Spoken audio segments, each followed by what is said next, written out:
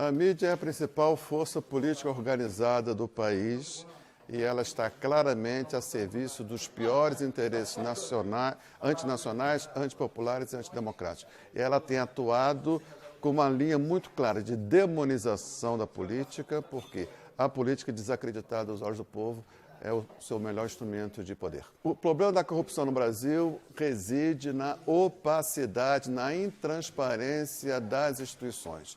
Instituições mais transparentes, menos corrupção. E não reside, como a direita quer fazer crer, no caráter das pessoas. Não é aí onde está a fonte da corrupção, e sim na intransparência das instituições. Tá tudo bem, Tiago? Em primeiro lugar, agradecer ao honroso convite do Instituto de Brasilidade. Eu tenho acompanhado os seminários sempre que posso, de altíssimo nível, e tem sido uma iniciativa que tem um único defeito, de ser rara. Iniciativas como essa deviam ser mais constantes, porque vêm ao encontro das nossas mais profundas e fundas e sentidas necessidades nesses encontros. Então, espero colaborar na medida do possível. Esse tema é um tema desagradável, mas cujo trato se impõe, tendo em vista aí tudo isso que nós sabemos, o que nós estamos atravessando, né? Eu fiz um texto, espero que não seja enfadonho a leitura dele, onde eu tento trazer algumas questões para o debate. Então, é o seguinte. No Brasil, não raro, o assim chamado combate à corrupção na política traz mais prejuízos aos interesses nacionais, populares e democráticos do povo brasileiro do que a própria corrupção ela mesma. Esse combate perverso da corrupção, a esse combate deu-se o nome, não sem razão, de udenismo. Tivemos dois grandes momentos do udenismo com esse sentido. O da República do Galeão, de triste história, conhecida por todos, e o da República de Curitiba, cuja triste história, inclusive a história de seus bastidores, está vindo à luz agora com a publicação pelo site de Intercept Brasil do material vazado das conversas entre os membros da Operação Lava Jato, entre si, e destes com o juiz do caso. O caso da Petrobras é exemplar para ilustrar a tese de que o assim chamado combate à corrupção, não raro, ser mais danoso do que a própria corrupção de que a empresa foi vítima. A corrupção na Petrobras, levada a cabo por partidos da base de sustentação dos governos Lula e Dilma e por seus agentes de dentro e de fora da companhia, foi real e condenável a todos os títulos. Mas como negar que o juiz Sérgio Moro, a força-tarefa da Operação Lava Jato e o jornalismo da grande mídia, com o viés ideológico, político e partidário que imprimiram ao combate à corrupção na Petrobras, criaram deliberadamente as condições para o mais impiedoso e profundo ataque à soberania nacional na indústria de petróleo e gás de nossa história. Como não suspeitar que isto é, o mais impiedoso e profundo ataque à Petrobras não tenha sido o objetivo desde o início? O fato de, desde sempre, o combate à corrupção ser instrumentalizado pela direita em favor dos piores interesses antinacionais, antipopulares e antidemocráticos, não raro, tem colocado o campo progressista do nosso espectro político numa situação de defensiva neste tema, o que é lamentável. Fato é, me parece, que o braço armado da direita e do rentismo, refiro-me ao jornalismo da grande mídia, conseguiu, pérfida e demagogicamente, colar na testa do campo progressista em geral e do PT em particular a etiqueta de corruptos. Essa grosseira manipulação encontrou eco em vastos setores da nossa sociedade, o que, em última instância, explica, pelo menos em parte, a vitória do moralismo de goela, do entreguismo aberto e descarado e da proposta de desmonte do Estado nas últimas eleições. Quanto ao necessário combate à corrupção, Como sair desta verdadeira sinuca de bico na qual nos encontramos? Nós, do campo progressista, comprometido que somos com os superiores interesses nacionais, populares e democráticos do povo brasileiro. Digo sinuca de bico porque a realidade de dois fatos me parece notória e, por isso, não podem ser recusadas.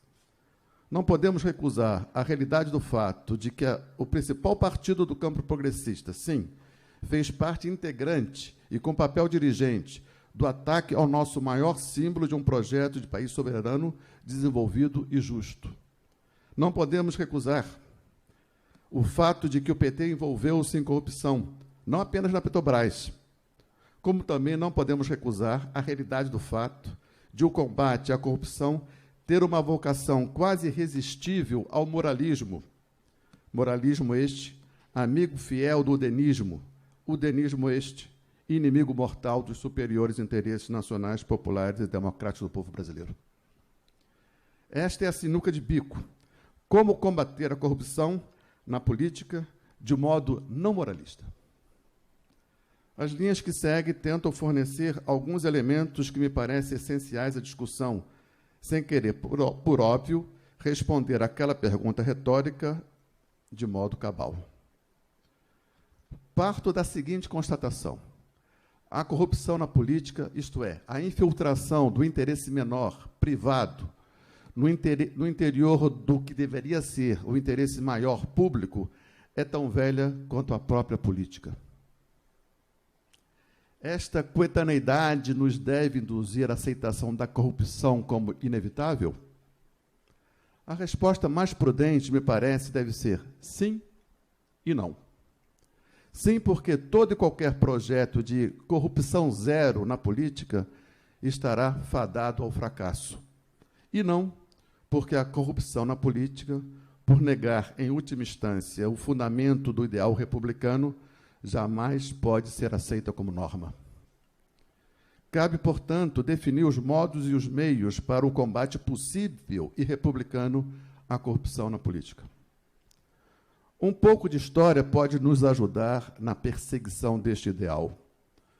Vamos à Grécia clássica, mais especificamente a Atenas democrática dos anos de ouro do século de Péricles. Em geral, tomamos a democracia direta ateniense do século V a.C. como a melhor realização dos ideais democráticos, mesmo sabendo que da democracia ateniense estavam excluídos os jovens, as mulheres, os escravizados e os imigrantes, que os gregos chamavam de metecos. Apesar dos seus limites, a democracia ateniense aparece aos nossos olhos como a democracia dos nossos melhores sonhos republicanos. Contudo, poucos de nós conhecemos o seu lado obscuro, o que o avesso das realidades públicas escondia. Foi um adversário da cultura nova essa divulgada por filósofos e sofistas, quem nos apresentou de modo magistral as trevas ocultas do iluminismo grego. Falo do comediógrafo Aristófanes, que colocou em cena, nos mesmos festivais onde as tragédias eram encenadas, personagens emblemáticos das instituições democráticas da Atenas de seu tempo. Na comédia As Vespas, Aristófanes nos apresenta um juiz tolo, cujo engano é o próprio engano da plateia, isto é, da cidadania. Em Os Arcanianos, vemos a Assembleia dominada por hipócritas e demagogos, cujas decisões só trazem o sofrimento para o povo. Em Os Cavaleiros, Aristófanes desmoraliza Cleon, um dos homens mais representativos da Atenas democrática. Em Lisístrata, Aristófanes se insurge contra os chefes democráticos que levaram Atenas à guerra contra Esparta e seus aliados. O lado, digamos, corrupto que Aristófanes nos mostra da democracia ateniense irá encontrar em Alcibíades, personagem histórico e real, a sua mais emblemática expressão. Herdeiro de família ilustre e educado diretamente por Péricles, em torno de Alcibíades, Atenas criou a expectativa de reviver os dias de glória de sua democracia, superando os defeitos apresentados por Aristófanes, defeitos estes que só faziam crescer aos olhos de todos. Platão é contemporâneo da democracia decadente e também ele nutriu esperanças em torno de Alcibíades, para logo se frustrar diante das reiteradas demonstrações de vilania do antigo discípulo, não só de Péricles, como também de Sócrates. Decepcionado com a democracia decadente, Platão se deixou seduzir pelo golpe, que levou à tirania dos 30. Ele mesmo, ainda que bem jovem, chegou a participar do governo, para logo se decepcionar. Decepcionados com os democratas e decepcionado com os aristocratas, Platão busca desesperadamente uma saída política para os impasses políticos que Atenas do seu tempo vivia. A ausência de uma saída política satisfatória lança Platão em profunda depressão. Salva-o da depressão o seu encontro com Sócrates, que ele mesmo relata em sua pequena autobiografia, a Carta Sétima, né? Há um conjunto de cartas atribuídas a Platão, e essa Carta Sétima, ou Carta 7, é famosa pelo fato de ali conter o que seria uma pequena autobiografia de Platão. Platão que nunca escreveu na primeira pessoa, aí nós temos um material, um documento de muita importância devido a esse fato. Então, segundo o que Platão descreve na Carta Sétima, Sócrates vai trazer a ele, vai fazer ver a Platão que a crise política que atravessa Atenas, enfraquecida pelos anos de guerra contra Esparta e pela derrota frente ao seu principal adversário na Hélade, não tem saída propriamente política. Então, mediante o encontro com Sócrates, Platão chega à conclusão de que a saída da crise política não é uma saída política, pelo menos de início. A saída da crise política está na filosofia. Aprende Platão com Sócrates, e o aprendizado dessa máxima o fará dedicar-se à filosofia e à construção de sua academia, uma escola de quadros, podemos dizer, com o vocabulário de hoje, né? A saída da crise política está na filosofia porque, podemos simplificar, o quadro de degradação descrito por Aristófanes e vivido diretamente por ele, por Platão, só pode ser obra de homens, digamos, éticos. Então, a condição da saída da crise política passa pela constituição de homens éticos. Para Platão, a vocação do homem e a vocação da polis é a realização de seu telos, o telos do homem e o telos da polis. Isto é, a vocação do homem é a conquista da felicidade e a vocação da polis é a conquista da justiça. E isso só é possível, a conquista do telos, mediante o labor dioturno e tenaz da filosofia. Então, a condição para a saída da crise é a produção de homens éticos. E esses homens éticos só podem ser produzidos mediante o labor dioturno e tenaz na filosofia. A felicidade é o efeito da virtude conquistada pelo labor filosófico, assim como a justiça deve ser o efeito da polis organizada segundo as leis da sua própria virtude. Ao homem ético está destinada a felicidade, a polis ética, a polis conforme o seu telos, está destinada à justiça. A virtude do homem seria a felicidade, a virtude da polis, a justiça. Mas quem conhece a virtude e as leis da polis, senão o filósofo? E apenas ele. O célebre governo dos filósofos não é mais do que a polis regida por uma legislação elaborada por aqueles que, supostamente, devido ao seu labor de décadas na filosofia, estariam acima das paixões inscritas no egoísmo dos interesses privados das pessoas. Portanto, para Platão, a superação da corrupção estaria na observância e na introjeção de uma legislação elaborada por aqueles que superaram neles próprios a corrupção, devido ao seu labor filosófico. Então, a superação da corrupção exige homens não que superaram em si, exige a legislação que só pode ser produzida por homens que superaram em si a corrupção. Esse seria, acho que em tese, em síntese, o cerne da concepção política de Platão. Homens renovados para renovar a polis, né? Em resumo, uma vanguarda de homens virtuosos criaria uma legislação que tornaria a sociedade, ela própria, virtuosa ao seu modo. E a virtude da polis é a justiça. Séculos mais tarde, a ideia de uma vanguarda que deve impor à massa, desde fora, a virtude que a massa por si só não seria capaz de conquistar, foi retomada por Maquiavel, a seu modo. Mas há uma diferença importante entre Maquiavel e Platão. Por trás da ciência política do Florentino, há uma antropologia que identifica traços imutáveis da natureza humana. Traços imutáveis na natureza humana. Essa antropologia suporta a teoria política de Maquiavel. Esses traços nos fazem, agora eu cito passagem do Príncipe, capítulo 17, nos fazem, esses traços imutáveis da nossa natureza, nos fazem ingratos, volúveis, simuladores, covardes ante os perigos, ávidos de lucro. São estas más qualidades inscritas na natureza humana que produzem o caos na polis. É possível dar ordem ao caos, e essa é a tarefa do príncipe. Mas, mais cedo ou mais tarde, devido ao caráter da nossa natureza, o caos retornará. Maquiavel é, portanto, digo eu, o cientista da anomia cíclica, que pode encontrar intervalos de ordem, se a ação política for eficaz, pela justa articulação de virtude e fortuna, como sabemos.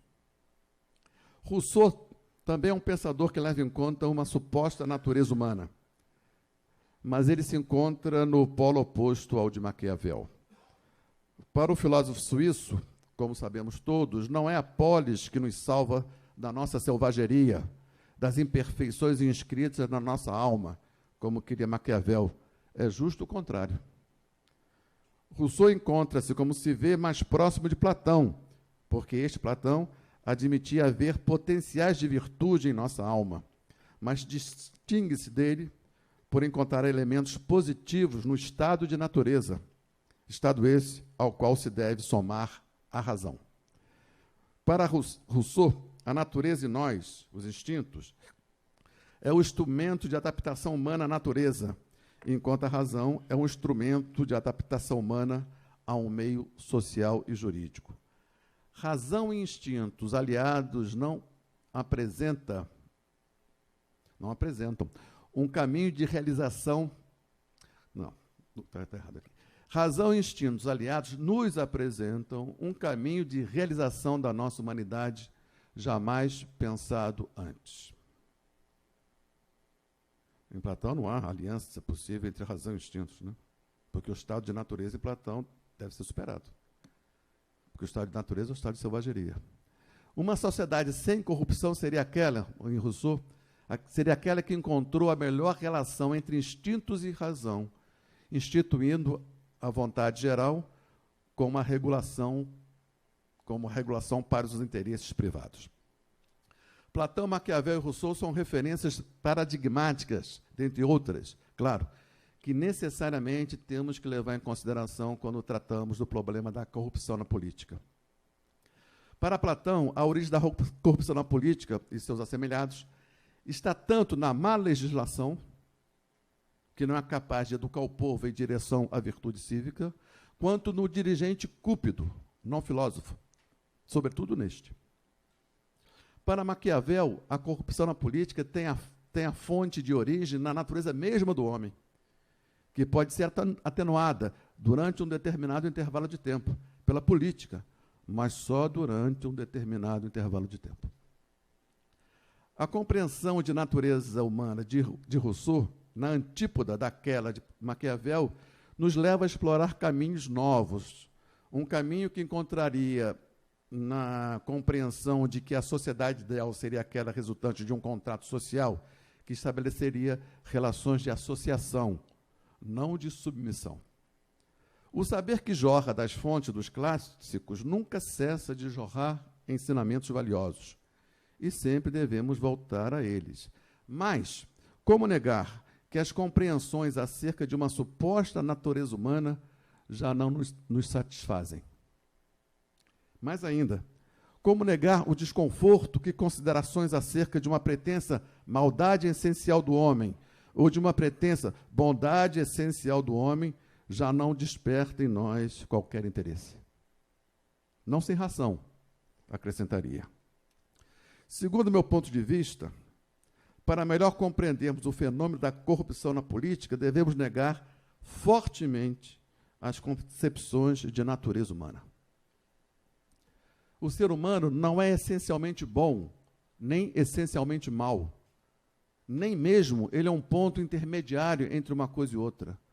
O ser humano não é, eis a minha tese. Tese esta que não é só minha, por estar inscrita na tradição da filosofia existencialista. Ele não é, porque ele não é essencialmente coisa nenhuma, por poder ser quase tudo. Tanto a bondade quanto a maldade, tanto a grandeza quanto a pequenez, tanto a generosidade quanto a mesquinharia e todas as demais qualidades são possibilidades humanas. É da essência humana não ser essencialmente nada determinado, mas pode ser, mas poder ser possibilidade disto ou daquilo. Devemos colocar a questão nesses termos para melhor travarmos o combate contra a manipulação acerca do problema da corrupção na política. A manipulação levada a cabo pelas forças dominantes acerca do tema, de um modo ou de outro, insiste, ainda que subrepticiamente, na tese da natureza humana. Nesta manipulação, há corrupção porque há corruptos. Porque há corruptos políticos. Esta tese, ainda que de modo subreptício, insisto, é repetida ad nauseam, com o objetivo de demonizar a política e manter as relações de poder intactas a favor dos interesses dominantes. Essa tese é falsa, me parece, porque não é o corrupto a causa da corrupção. A causa da corrupção não reside no caráter das pessoas, e sim na opacidade das instituições. Tomemos o seguinte tipo ideal. Agora eu vou fazer uma caricatura. E como toda caricatura, a gente exagera nos traços para aflorar o que se julga fundamental. Então, imaginemos o tipo ideal no qual um sujeito totalmente degradado, né, eu vou descrever dois tipos ideais para ilustrar a tese de que a corrupção não tem origem no caráter das pessoas e sim na opacidade, na intransparência das instituições. Imaginemos o tipo ideal no qual um sujeito totalmente degradado moralmente é indicado para gerenciar um cofre público abarrotado de dinheiro. Acontece que esse cofre possui paredes de vidro e em todas as suas dependências há câmeras de vigilância operando em tempo integral e captando todos os movimentos possíveis no interior do cofre. Imaginemos também que o dinheiro existente no cofre e toda a movimentação de entrada e saída de numerário está sob a mais rigorosa contabilização em livros de acesso direto ao público. É fácil imaginar que esse gerente, totalmente degradado moralmente, apesar de sua vontade em contrário, não será capaz de ações de corrupção no cofre. Imaginemos um tipo ideal inverso, no qual um sujeito totalmente probo é indicado para gerenciar um outro cofre público, igualmente abarrotado de dinheiro. Acontece que neste cofre não há qualquer tipo de contabilidade ou de quaisquer outras formas de controle. Não se sabe quanto há no cofre, nem há registros de movimentação do dinheiro que entra e que sai. É possível imaginar que esse gerente, totalmente probo e sem qualquer registro de malfeitos em sua biografia, será capaz, eventualmente, diante de uma situação de desespero financeiro, tomar ações de corrupção no cofre. Com esses dois exemplos, quero deixar expresso que a origem da corrupção não está no caráter das pessoas, ainda que haja um sem número de degradados moralmente na política e no setor público. E sim, a origem da corrupção, em última instância, na qualidade das instituições. Como não é possível a constituição de instituições totalmente transparentes, a corrupção na política é um mal com o qual sempre teremos que lidar. Ao udeinismo interessa responsabilizar o caráter das pessoas pela existência da corrupção e manter tudo mais constante. É óbvio que os corruptos devem ser penalizados legalmente, mas cada episódio de corrupção deve nos servir de oportunidade para o aperfeiçoamento das instituições. O que temos diante de nós, desde o mensalão até o petrolão, é a disputa entre os demonizadores dos corruptos e, por extensão, demonizadores da política, tucur. Esses estão à direita. E os que se empenham em aperfeiçoar as instituições de um ponto de vista nacional democrático popular, esses se encontram no campo progressista. Então é importante a gente ter em mente a associação que se faz deliberadamente entre moralismo e demonização da política. A demonização da política tem sido um dos principais instrumentos de domínio político de que se tem valido o rentismo para afirmar o seu poder sobre a cidadania. Cabe às forças do campo progressista, ao tempo em que não transige com a corrupção, a afastar toda e qualquer abordagem moralista do tema, recusando, portanto, toda e qualquer concepção de natureza humana, porque sabemos a que interesses essa abordagem moralista está a serviço. Devemos combater a corrupção na política, não com moralismo, e sim politicamente, com a luta incessante pelo aperfeiçoamento das instituições em busca de contínuos e crescentes ganhos em transparência. Obrigado.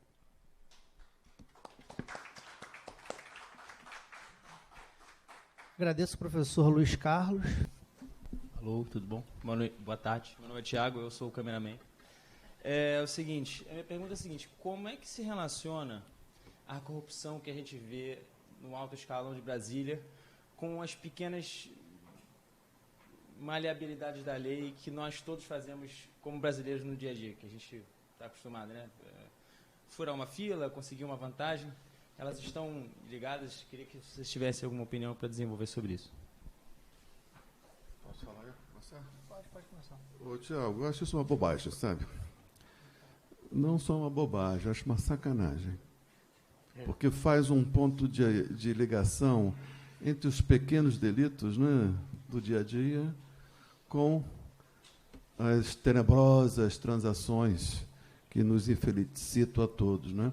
Isso aí é uma versão do moralismo e é, de novo, a insistência em colocar a questão da corrupção no âmbito do caráter das pessoas e não na qualidade das instituições. Acho que não tem nada a ver isso, apesar de ser insistentemente colocado, né? Uma pessoa fura uma fila, está vendo? Isso aí, Brasília. Uma pessoa, né, faz uma fraudação do imposto de renda, está vendo? Depois você reclama da CCC 15, que transferiu bilhões de dólares. Não tem nada a ver uma coisa com a outra. A ordem de grandeza dos números já dá mesmo a qualidade distinta dessas operações. Eu entendo a pergunta. Essa pergunta está no coração e mente de muitas pessoas, mas nós devemos nos empenhar para desconstruir a moralização da questão da corrupção. A corrupção política é uma questão essencialmente política e, como tal, deve ser tratado. Não é? Eu acho que esse modelo que eu tentei colocar aqui do Platão, entre os três que eu apresentei, talvez o Platão seja aquele que seja mais contemporâneo em relação às nossas necessidades, interesses, exigências. Né? Ele diz o seguinte: a questão política tem que se criar uma vanguarda política, e essa vanguarda política impor na sociedade, através dos seus mecanismos, as melhores leis e as melhores instituições possíveis. Essa vanguarda política são os partidos. E a ética do partido é o seu programa. Não há nada de moral nisso. Um programa que seja, evidentemente, o primeiro compromisso básico é repudiar a corrupção. E esse programa deve ser a nossa... É o que nos falta hoje. Um programa capaz de articular as forças políticas para responder a essa hora tão grave. O Brasil está sofrendo o maior ataque da sua história.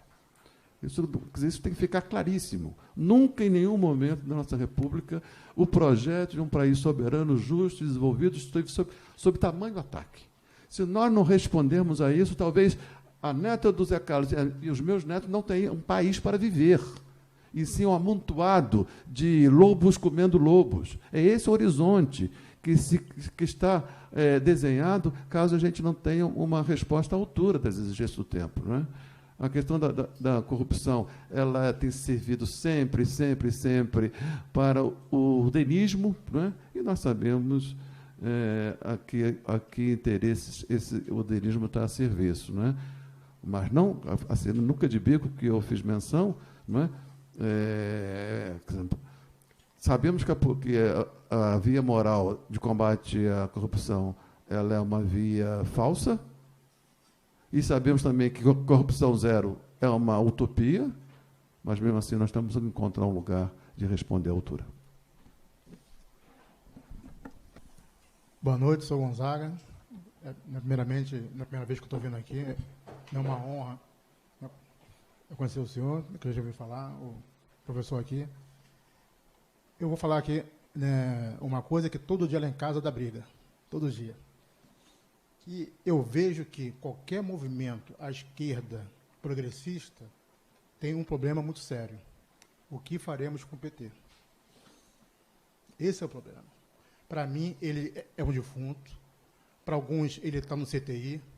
Hoje, aqui, minha percepção, né, de vocês dois, posso estar errado, mas vocês acham, né, que é só uma pessoa, né, com uma pneumonia.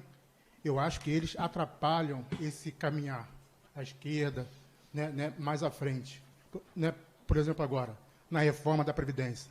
Não tinha uma proposta além da proposta do Maia, né, que se baseou na do governo. A esquerda não pautou nada. Né, e ainda tinha, né, deputado infiltrado, como o caso, né, da menina do PDT. Entendeu? Concordo que o Lula, né, sofreu sozinho, né, concordo, né, que teve ações, né, contra a Petrobras, mas todo mundo sabe que, historicamente, a Petrobras sempre foi loteada em corrupção. Né? Lula, lá, né, nos anos 2000, na campanha, ele falava, vou acabar com a corrupção. Agora, eu acho que partir qualquer movimento para defender o Brasil, o Estado, dessa corja louca aí, eu acho que não dá para defender o PT. Eu acho que, se for para defender o PT, eu acho que vai atrapalhar. Eles elegeram, né, ajudaram a eleger o Bolsonaro. E se continuar assim, vão ajudar a eleger o Dória e o Maia. Esse é um tema que tem que ser tratado, tem que ser travado.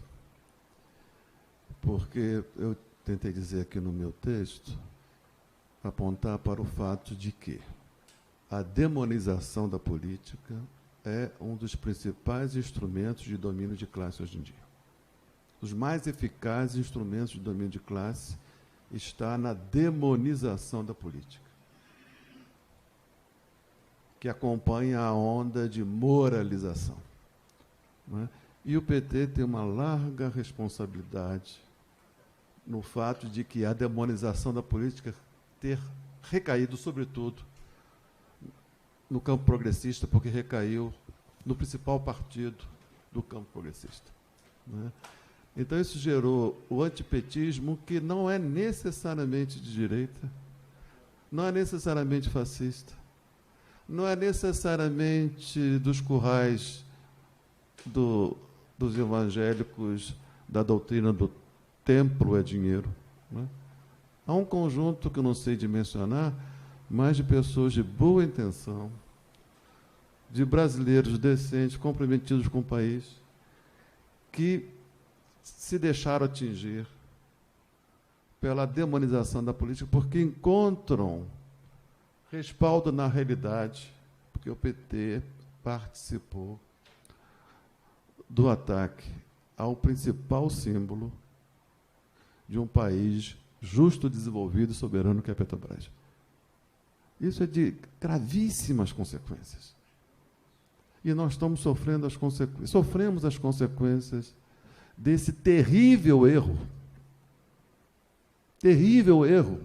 Eles não tinham o direito de não saber das consequências que aquele ato poderiam gerar. Eles não tinham esse direito, porque eles sabem perfeitamente. Mas, muito bem, a situação está aí. Não é? A política demonizada, que favorece aos interesses dominantes, não é? Que favoreceu essa avalanche, não é? Moralista, que colocou o Brasil sob o ataque, como disse aqui, mais profundo da nossa história. Então, nós temos como recuperar a política. E, na recuperação da política, nós temos que contar com o PT. Porque o PT é uma força real. Tem base real. Não pode ser simplesmente ignorado.